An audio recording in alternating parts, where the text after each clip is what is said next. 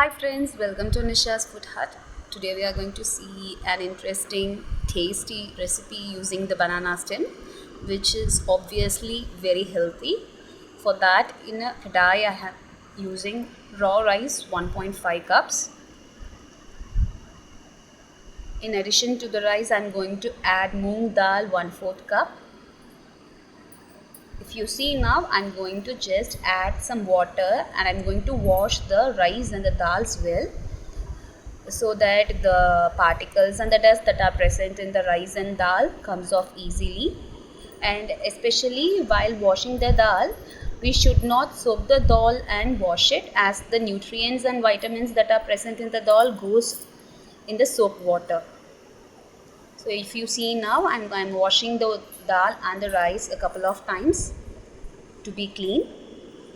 Once after cleaning, we are going to soak the rice and dal for 5 to 6 hours.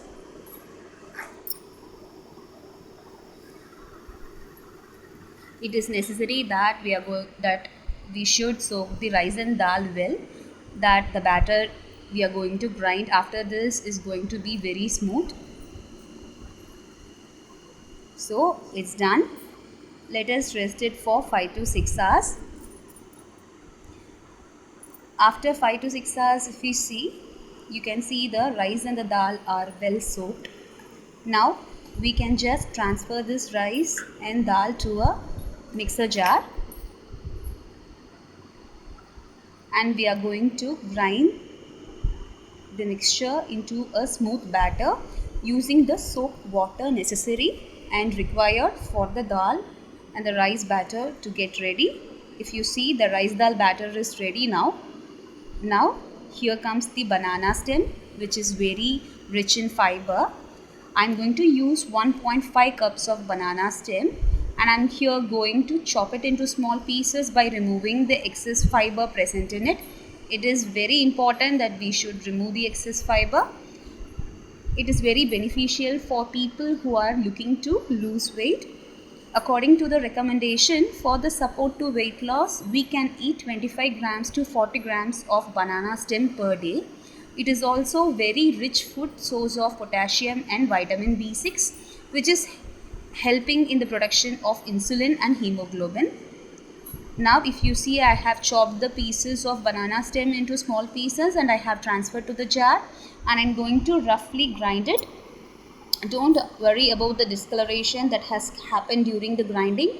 Once after adding the curd, we are going to just mix the banana stem mixture to the batter, so that the color of the banana stem does not reciprocates. Now mix the batter well. If you wish to add coconut, you can grate some coconut and add it to the banana stem while grinding. 1/4 cup of coconut to half cup of coconut will do the magic. And I'm going to add 1/4 cup of water to make the batter consistency as per we are going to prepare the dosa. No fermentation is required. It is ready to cook. Now the tawa is ready. I'm preparing the dosas as I like. You can make thin and crispy dosas out of this batter. The taste of the dosa will have no change or any kind of different taste. It will always taste as same as the normal dosa we prepare. It is very healthy for the diabetes patients that they take this kind of diet every day.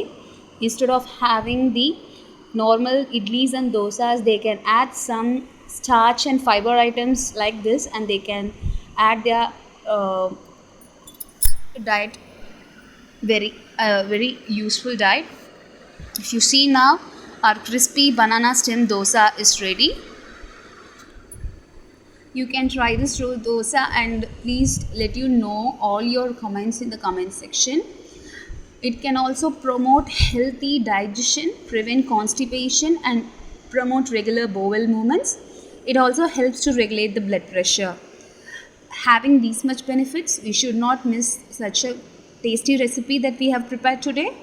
So please do give your comments in the comment section and subscribe to Nisha's Food Hut.